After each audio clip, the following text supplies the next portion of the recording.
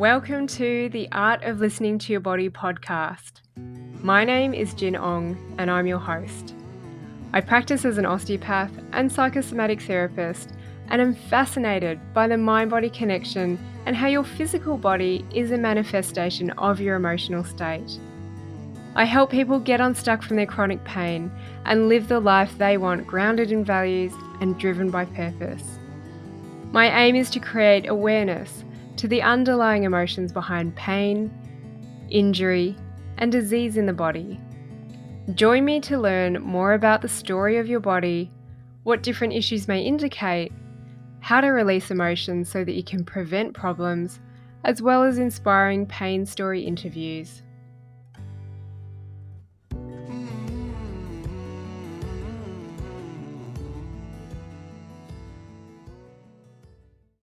I regularly get asked, how do I uncover a suppressed or traumatic memory? And I'm under the assumption that this question gets asked because someone wants to process the emotions around this. Now, this is an important one to cover because I want to make it clear that that is not the goal of doing processing and release work. It can be something that happens where suppressed and forgotten memories and traumatic events in your life come to the surface, but it's generally not the first thing that we're trying to go for. Because there is a problem that can arise where you falsify or you create false memories, and that is not useful for anyone. So this work is about processing emotions, and as you create more of a safe space, new things might come to light, new memories might come to the surface because you have now learned how to process your emotions around certain memories or events and traumas in your life, that it goes, oh, okay, I'll give you the next thing to deal with. So another analogy would be someone who comes in for treatment or advice around physical pain somewhere in their body, say their foot, and they have their foot treated, that gets better, and then it moves to their knee, and that gets treated, then it gets better, then it goes to their shoulder. That gets treated, it gets better, you get the picture. So the pain just starts to bounce around the body. But it's not necessarily that it's bouncing around, it's that you are actually dealing with one layer. And then that creates space for the other thing that you suppressed a long time ago to come to the surface because it now knows that you're in a space where you're in good hands and you can get that thing treated. So I would rather people experience change in their discomfort in their body rather than the same thing over and over again. Because if it's the same thing over and over again, it means that we're not actually getting to the root cause of that problem. So hopefully that gives you a similar kind of view on what happens with those buried or suppressed memories and emotions around events and traumatic events in your life, is that as you start to uncover the really easy stuff that's on the surface, then those suppressed memories and emotions and traumatic events might come to the surface as long as your body and your mind feel safe to do so. So a question that I will often ask people is, what is your goal for uncovering that memory? What is it that's not working in your life right now that makes you think that you need to uncover this memory? And again, it's not about going for the hardest thing, because you can imagine that if you have no idea what it is, it can be really tricky to know where to start. Now, this is where I go into using the chakra system and the doshas, and based on how someone is presenting physically or depending on their behavioral dysfunctions, I'm usually able to work out what emotions might be buried under there. And by describing maybe a region of the body that's in relation to a chakra and the emotions that are governed by that chakra, when I speak out the words and describe it, often people will feel a sensation in their body, or they might have a physiological response. So they might break out in a sweat, or they start to get very fidgety, or they might start to tremble. So I always love to use the example of the sacral chakra because this is a relatively common one. So, sacral chakra, the primary location is in the hips and the pelvis, and it governs emotions around our relationships in life. So, these are the grandparent relationships, parent relationships, family with siblings and extended family. It has to do with your current relationships. Maybe you're not even able to attract a long-term partner.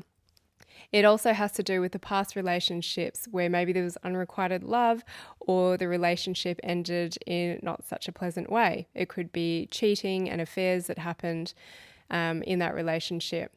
It also has to do with fertility. So the desire to have babies and maybe not able to have babies. Questioning whether or not you can actually get pregnant. Maybe you've got issues like endometriosis or other pelvic pain going on. But then the stuff that's generally not spoken about is history of miscarriages and abortions. And that can carry a lot of emotion around it because often people don't even speak about that at the time that it happens. And then it can go into your social relationships and your relationship with money. So for anyone who has got issues with their sacral chakra and I start to describe those qualities to them or those kind of events that can contribute to the sacral chakra being affected and therefore the hips and pelvis, they usually will agree. Some people start crying when they hear about this, but their body feels it. So then they realize, oh yeah, that parent relationship that I've never dealt with, or that ex-boyfriend that was incredibly horrible to me and cheated on me, or the miscarriage or the abortion that I had and that I carry so much guilt around. Now, these are kind of, I guess, physical things, tangible things that you might experience, but people who don't have any physical pain in their body go, well, how do I know what emotion is there for me to deal with? And this is where it can come out in the way you behave. So if we go to the sacral chakra again, the behavior and the words people use is really important. So I'm constantly really listening to how people describe what's going on for them. So someone who has got sacral chakra issues and it's manifesting in dysfunctional behavior is that they tend to be really controlling. So very controlling in their relationships. And if they lack the feeling of control in their life, they will seek it out in other ways. So this can be controlling their diet. Even just healthy eating habits is incredibly controlled. They can become really restrictive with their diet. They might over-exercise. So they control their exercise. They flog themselves. They are trying to numb themselves out of the discomfort of the emotion that tries to come up by controlling their eating, controlling their exercise. Drugs and alcohol is really common, and addictions is usually at the upper end of the spectrum when people are really trying to suppress those painful emotions that are otherwise trying to come up. So seeking out control because there is a lack of control in other areas of your life is how this can show up, and addictions is another behavioral dysfunction. So if you can relate to any of those, or if I'm working with a client and I say this, it usually strikes a chord with them. And yeah, they might even have that physiological or even the emotional reaction where they just start bawling their eyes out, even at the word relationship, because they know it's an absolute mess. So I'm not trying to force them to create memories, but their body knows it. And if there is no sensation there, I'm not going to keep on trying to probe and say, are you sure there's nothing there, and get them to create the false memories around that. So coming back to the question is, how do I uncover suppressed memories and emotions around traumatic events in my life? Is that you don't go for that straight away. You work on the surface layer stuff. We have lots of interactions in our day-to-day life that maybe don't go the way we want it to. So it can be interaction with work colleagues, your boss, it can be interactions with your friends and your family that aren't going so well. And these little minor things are front of mind. They might have just happened yesterday, and these are emotions that you can start to process and express using various techniques that I teach and I've spoken about on this podcast before. But you don't need to go for the deepest, darkest, most suppressed memory and make it really hard on yourself. Do the easy things first. Get your body and your mind to gain trust in the process, that it actually has a positive effect, processing your emotions. And as you peel away those hundreds and hundreds of layers from all the many years in your life and all the experiences that you've had, the memories might come up. Now, if everything in life is going pretty well for you, you might be wondering, well, could it get any better?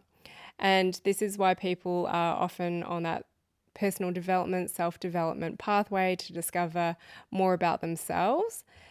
But just allow the memories to come up if they need to. So really define what is your goal behind uncovering suppressed memories, and know that they will only come up when your body and your mind feels that it's in a safe place. If you're listening to the podcast live on March the 2nd, 2021, my Release 6-week course is starting. And I'm super excited because I've got over 40 people who have signed up to take this mind-body connection work a level deeper. I'm going to be teaching you how to process your emotions rather than cope with them. And there's a lot of nuances to this. Many people will have questions of how far they can go with this work, and you need the right support so that you can do this in a safe and effective way. I'm also going to be teaching about how you can work out what emotions might actually need to be processed, so interweaving Eastern philosophy. And this is about learning how to read your body. So based on the physical dysfunctions you might have with pain, discomfort, injury, illness, or disease, we can tell what emotions might be stuck in the body.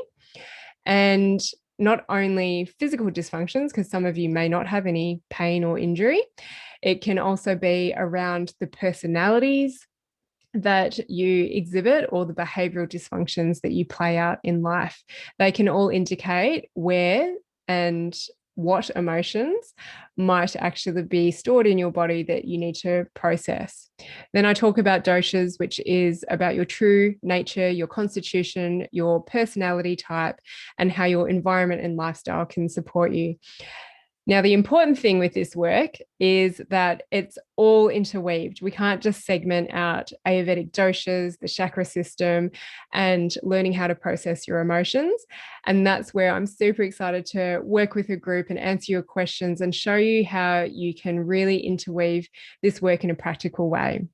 I have loved the feedback from my really honest social media posts out there. They're the patterns that I see in several of the people that I work with, and it's nice to hear that you can relate to it. I love those messages, so please keep them coming. And I really love, for those of you who have chosen not to jump on the course for various reasons, I have loved that you have gotten so much out of watching the replay or being live at the masterclass that I held, and just reminded of how powerful this process is and all the funny things that are shifting and all of the positive shifts that you are noticing in your body.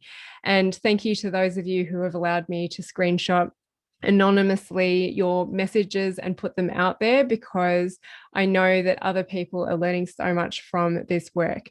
So I'm really on a mission to get more people talking about this openly.